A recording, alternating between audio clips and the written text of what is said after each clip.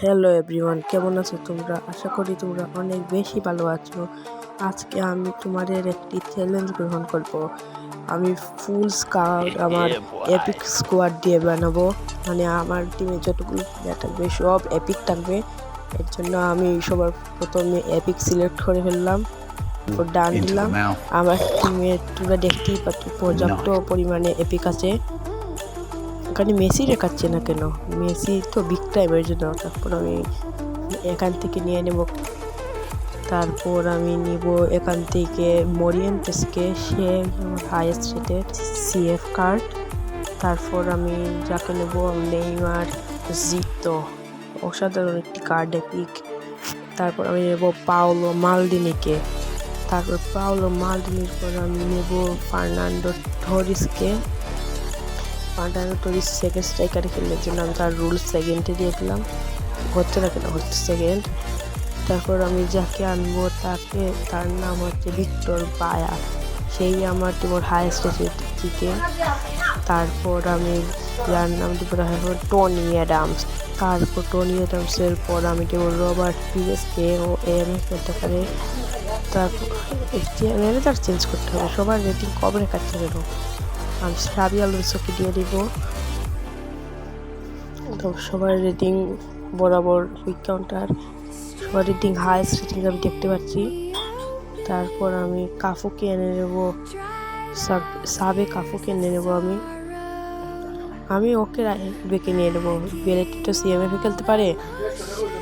তারপর আমি যাকে আনতে চলেছি ভ্যাকেন বাওয়ার, বিল্ড আপ প্লাস ডিস্ট্রয়ার, অনেক ভালো কম্বিনেশন। তাহলে ডেভিড ব্যাকহাম কেটে ফেলবো আমি। তারপর ডেভিড ব্যাকহামের দেখতেই পাচ্ছি তোমরা 101 হয়, অত 102 হওয়ার কথা, 101 করে ফেলবো। পরবর্তীতে আমি নতুন ম্যানেজার দেবো। ডেভিড বেলাকে আমি সাবে রেখে দিচ্ছি, স্টোইচকোভকেও আমি সাবে রেখে দিচ্ছি। তারপর ম্যারাডোনাকে আমি সাবে রেখে দিচ্ছি। তারপর বেনবারাককে আমি সাবে রেখে দিচ্ছি। তারপর আছে আমার কাছে ওয়ার্ডকে আমি সাবে রেখে দিচ্ছি।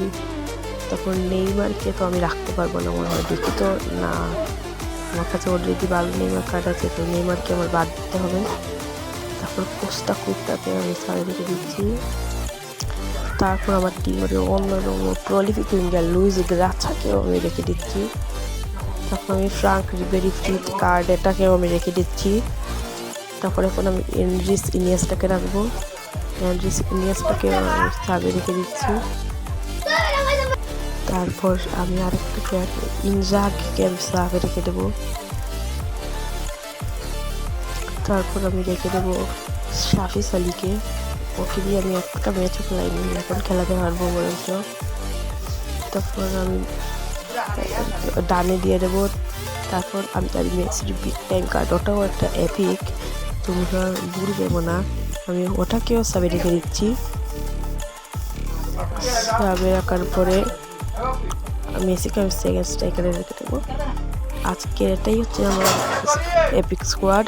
তোমরা যদি আরও কোনো ফটো স্কোয়াড বা হাইলাইট স্কোয়াড এরকম কোনো স্কোয়াড দেখতে চাও, বা শো টাইম এমন কোনো স্কোয়াড দেখতে চাও, আমাকে অবশ্যই কমেন্ট করে জানাবে, আমি তোমাদের প্রত্যেকটা কমেন্টে রিপ্লাই দেবো। এখন পর্যন্ত বাই বাই। আর আমার নতুন একটি চ্যানেল খুলেছি বাকি গেমার্স, এই চ্যানেলটাকেও সাবস্ক্রাইব করে ফেলো। আজকে ভিডিও এই পর্যন্তই, ভালো থেকো সবাই, আর সাবস্ক্রাইব করে দিও তোমরা।